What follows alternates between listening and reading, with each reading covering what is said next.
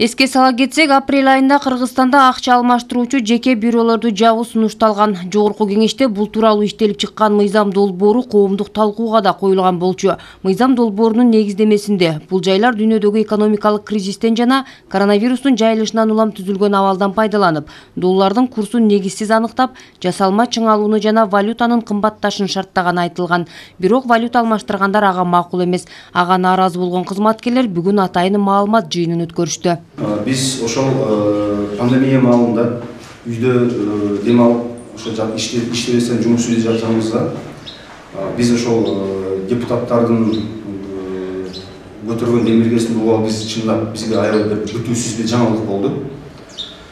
Анан ошол бир валюталарды жаап, валюталарга бизге аслында 3 жерге коюп чыгышты булар. Биринчиси, булар деди искусственно атайын доллардын сом курсун көтөрүп, сомдун кумун түшүрүп, биринчи жүйөсү. Экинчи жүйөсү булар ошо терроризмге мындай көмүскө акчаларды неме кылып тиешеси бар деген нерседе бизде жөнөтүлсө, үчүнчүсү булар да ошо өзүнүн операцияларын жашырышат, толук айтышпайт деген нерседе 3 жөнү коюп чыгышты.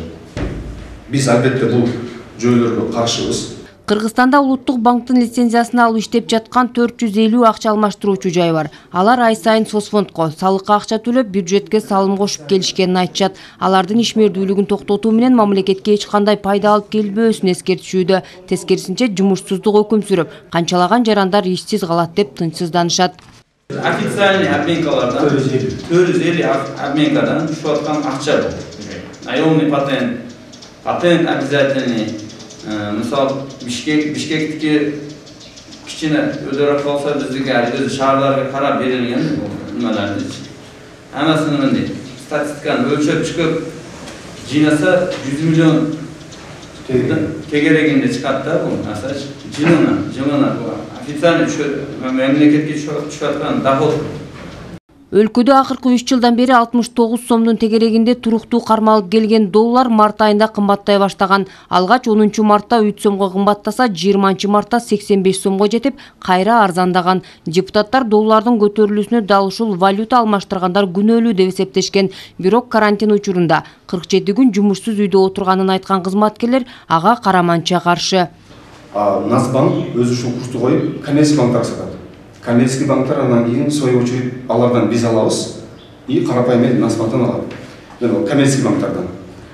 Ошону Насбанк өзү көтөрдү.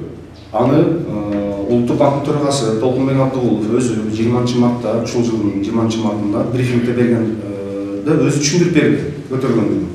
Эмнеге дедилер, ушундай дүйнө жүзүндө долларга байланыштуу бизде көтөрдүк деп өзү түшүндүрүп берди жөнүндө себептерди. Андан кийин эле көп өсүп туруп 84 сом 90 теңге көтөрүлдү. Аны дагы Насбанк ошол нерсени түшүндүрүп берди.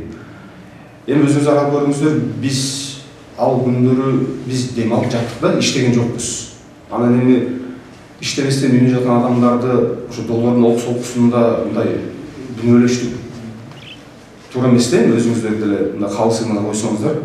Статистикалык маалыматтарга таянсак, Улуттук банк өзүнүн көзөмөлдөө ыйгарым укуктарынын алкагында 2019 жыл үчүн жана 2020 жылдын башында 15 бюронун лицензиясын кайтарып алган, 129 бюронун лицензиясынын жарамдуулугун токтоткон. Ошондой эле 15 эскертүү жана 220 жазма эскертүү жөнөткөнү белгиленген.